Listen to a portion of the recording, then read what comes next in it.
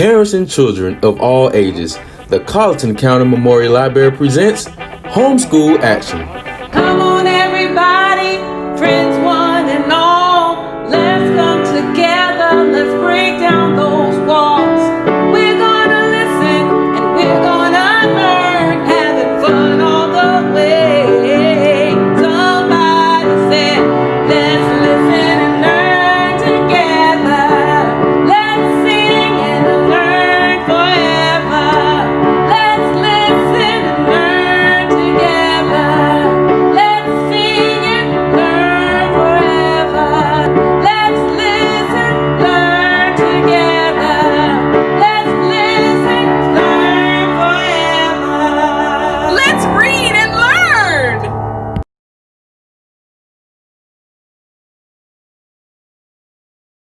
Hi, I'm Alex and I'm back again to share some of our homeschool tips and tricks that we do here. And today I wanted to share more of how we mix it up a little bit. So sometimes it's very easy to do, a lot of worksheets or for Jaden have to sit in front of the computer a lot for distant learning. So I wanted to show you guys how we interact and try to move around a little bit more. So we're still learning, but having a little bit more fun and a little bit more freedom. So here we go. Adding some more hands-on items to worksheets and workbooks helps a lot. So sometimes if I have a bigger map I can pull out or a drawing board or something that he can put his hands on along with his worksheets, I'll pull it out. Just like he did with his giant map while he was learning about states.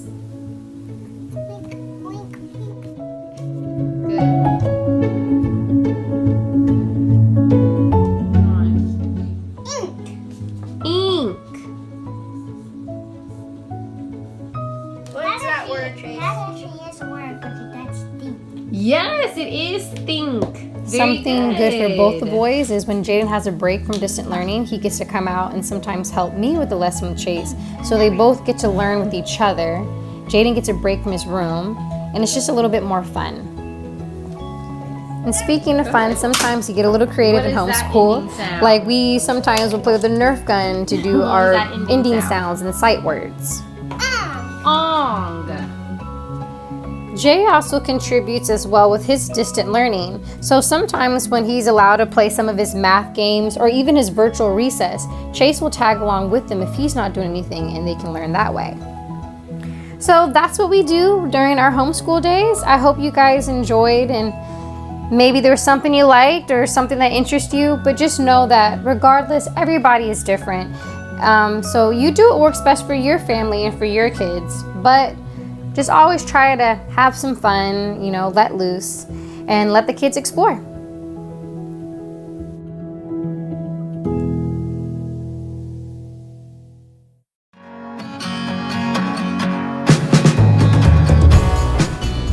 Hello, boys and girls, ladies and gentlemen, homeschoolers. We're excited that Miss Jessica is back. I told you she'd be back. Miss Jessica, I can't wait to see what you're going to teach us today. Hey, that looks like the word shapes. That's exactly what that is, the word shapes. Shapes are another element of art that is very, very necessary for all artists. And we're going to learn about geometric shapes and organic shapes. And there is a difference. Okay. Wow. Geometric shapes. We have circles. We have squares. Each side is equal. So that might be a little off because I don't have a ruler to actually measure. But it's pretty close. Looks pretty good to me. Then we have rectangle, which means two sides are longer than the other two sides. And these two sides would be equal in length, and so would these two sides. Then we have triangles. Triangles are fun. Triangles are a three-sided figure. That's not the only type of triangle. We can have a triangle that looks like this, as long as there are only three sides. Okay. And the last one is called a polygon, and that's anything that has more than four sides. Wow. So 5 or 6 or 7 or 8 or even more. And each one of those have a special name, but we're not going to worry about those today. These are the ones we're going to look at. Squares, rectangles, circles, and triangles. And they are geometric, right? These are geometric, yes. Now we're going to look at organic shapes. Ooh. What do you think an organic shape would be, Miss Sheila? Well, that's kind of hard. The word, I think, when I think of organic, I think of natural. Very good. Oh, Natural shapes. okay. What would be a natural shape? Something with a line in it. Well, you're going to use lines and curves. Okay, let's see. Because on all our shapes, Uh-huh. we're going to have lines and curves. Okay. But what about the wonderful things that we find in nature? Oh, a beautiful flower. Oh, I love it. And look at the curves you're making the flower buds. I There love you that. go. So you have flowers, you have leaves. Mhm. So why don't we make some animals out of our shapes? Okay. Both geometric and And this is Organic. organic. Okay, let's write that. Organic. I love that. Oh, okay. okay. And we're going to turn them into organic shapes. Okay. From geometric shapes. Ooh. Okay, we did a circle, but if we stick the circle out and sort of stretch it out so it's not actually round like a ball, Mhm. that's called an oval. It's still a type of circle. Let's add another circle to it. Like that. Mhm. Now, let's put some triangles here. Oh. Oh. See, there's 3 sides Ooh. and a face, so we need eyes. So there are little circles Okay. that are colored in. We have another circle right here Oh. with, remember lines from last week? Yes. We're going to have 2 vertical lines, little short ones. Are you guessing which animal this is? I'm trying to think myself. What do you think it looks like? Ooh, the nose, the pointed ears, the wide mouth. Could it be a pig? It certainly could, and pigs have curly tails. Oh, wow. But this piggy needs legs, doesn't he? Yes, he does. So let's make him triangle legs. Oh, neat. So we're using our shapes to give him legs and a body. Wow. And we're using lines and lines and lines here. Love it. There's our big pig. There's our big pig. Let's do one using rectangle. Ooh. Let's make a nice rectangle this way. Now, what kind of animal should we make? Let's do sort of a oval Mm-hmm. and another partial oval here. Okay. And we need eyes. Definitely that. Those eyes need something else though, don't they? Okay. What you thinking? Let's do Oh, that. color them in. Oh, How's that? that's going good. Let's put a little green in there. Okay. Very good. That looks nice. Now, let's put a line down here and a line down here. Do you remember what type of line that is? Is that a parallel line? Well, those would be parallel because they're side by side. But remember, we had vertical and horizontal. Oh, it's a vertical We line. have 2 vertical lines. Oh, nice. How's that? Yes. And then let's do a triangle. And Oh. color that in. Okay. What does that look like? It's starting to look a little like a horse or well, let's see. Keep going. Okay. Keep we're going. gonna 'Cause keep I'm going. not sure. Boys and girls, do you know? I'm not sure. We're going to do sort of another triangle here, but instead of having a flat bottom, remember those lines we did last week that we called zigzag lines? We're going to do zigzag lines. All we need to add here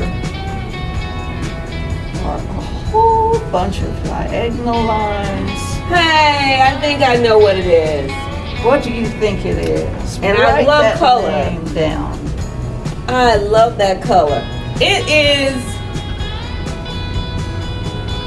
a lion? You're exactly right. I think the lines gave it away. Look at that. That's his name.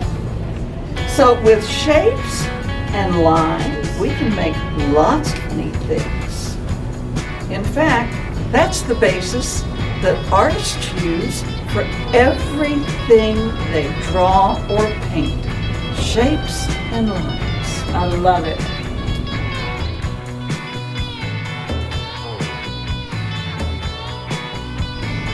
Miss Jessica, that was a fun session learning about geometric and organic shapes. Boys and girls, I hope you learned as much as I did, because I learned a lot. Thanks, Miss Jessica. Oh, you are welcome.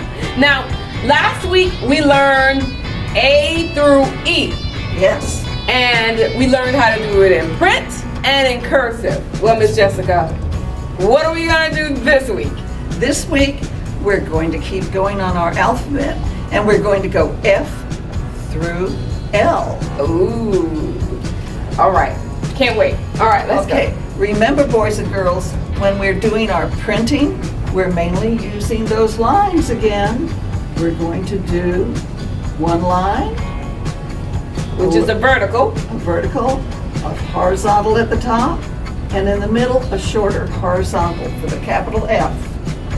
Then, we're going to curve it a little bit and then do a horizontal line. A vertical line with a little horizontal line. So there's your capital F and your lowercase f. Okay, so I get to do cursive, You right? get to do cursive. All right, so this is how I do my F. That's how I was taught to do my F. That's good. All right, and then, Yeah, that's great. Now, the only thing I would be critical about is Yeah. don't take it up here. oh. Keep it right there. Thank you, Miss Jessica. All right, let's see if I can carry it. Not quite so far. There you go. That's better? good. That's much All right. See, boys and girls, if you make a mistake, try again. That's right. Okay, after F comes what? Yes, G. Curved line here. Sort of a half circle, come back up. And a little horizontal line. Okay. There's your capital G. Lowercase g, to begin with, almost looks like an A, but we give it a tail that hangs down Okay. and curves. That works. Let's see. Yes, And good. Now after G comes H. Vertical line, another vertical line, and hook them up with a horizontal line right in the middle, capital H. With lowercase h, we do a vertical line, and then we do sort of a little curved line here. all right. And Miss Jessica, I have to think about how the letters work. And so, boys and girls, it's okay to think about how it works, because sometimes you forget. Yes. So you have to think about it and go back and try to look and see what the shapes really look like, right? That's right. That's right. Now after H comes I. A capital I is a vertical line, a little horizontal line at the top, and a little horizontal line at the bottom. Okay. The lowercase I is a short vertical line, and then we put a little dot over the top. I don't know what my favorite letter is, but to draw. But I's come close. Eyes are fun. They come close. They come close might be my favorite. Okay, now next is J. Yes. We're going to do a vertical line, but then we're going to curve around. And we're going to put that little horizontal line at the top. We're going to look like we're doing an I, but we're going to curve it around like that and a little dot over it. So it almost looks like a capital, but instead of the horizontal line, we put a dot over it. All right.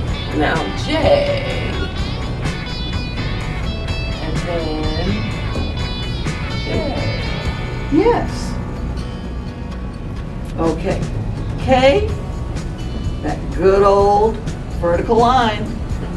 Then we do a diagonal line coming down and a diagonal line going down that way. That is the capital K. With the lowercase k, we have that tall vertical line, but we do a diagonal right here on the lower half. You know what? That's good because most people don't do it this way anymore. And you are supposed to write that long line. Yes. That long vertical line. There are with the little K. there are some letters that I always called tall letters, some letters that are short letters, and some letters I have always referred to as hang downs. Okay. Like this is a hang down. All This right. is a hang down. This That's is a a hang down. Yes. All right, and so this is the capital K and the lowercase k in cursive.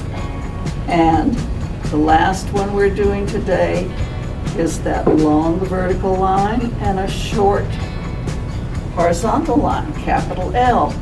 And the lowercase l is just a long vertical line. Okay, Miss Jessica, I love it. And I think one of my favorites is an L. I love making that L. Yes. Okay, so those are our letters for today. Practice those and continue practicing the A through E, and you will be writing in cursive in no time. I love it. So, I know last week we came up with some words, Miss Jessica. Oh, Can we come up with some words that the boys and girls can actually practice writing? Yes. Let's look at F-I-G. Fig. Fig. Fig. And we're going to do it in lowercase letters. Okay. So, F I G. And I love Fig. how precise you are with writing your shapes. And that's Yes, how yes. you can see she's writing so perfectly neat because she's angling. She's making a curve. She's making a vertical line with a curve. And that's what makes your letters look so neat. So it's a tip for those people who don't Yes. write well. Boys and girls, if you take your time and write carefully, anybody can read your writing. That is a beautiful cursive fig. All right, can we think of another one? Thank you. Oh, let's see. After we eat our figs, we feel good, so we dance a jig. I like it. J-I-G. All right. Okay, remember? I like hang down letters. Yes, I do too. J. I. We have two hang down letters. Yay. I love it. All right. Which makes it fun to cursive. That's great. Now, Miss Jessica, now I notice I am over the line. Is it okay to hang over this line like this? It is okay. All right, Because usually this line is a blank line Okay. before you start again. Okay, just check. Okay, one last word. Ooh, what Now, could be? since we only have one vowel, I, and we need it, let's see, we haven't used an H, No, we haven't used the H and yet. we haven't used the K. Oh, I don't mean K, the L. The L. I'm sorry. Okay. I was pointing to L and I was looking at K. That's because we want to see that pretty I love K. Ks. is, yes, but we're going to use the L. L, okay. Okay, Well, what are we gonna do? we're going to do hill. Oh, H, I, 2 L's. L, and L. All right, let's see. I get to do it in cursive, boys and girls. Let's see.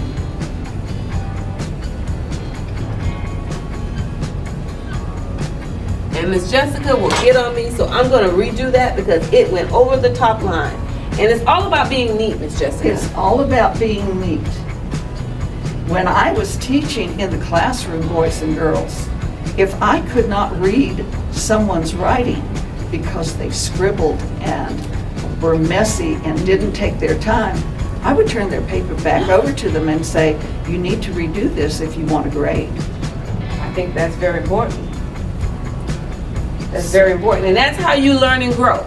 Now, Miss Jessica, I think if the boys and girls practice what we just did today, even just these letters alone, F through L, you will become a better writer. So, Miss Jessica, thank you so very much. Well, you are very welcome. And thank you, boys and girls, for having us in your home today.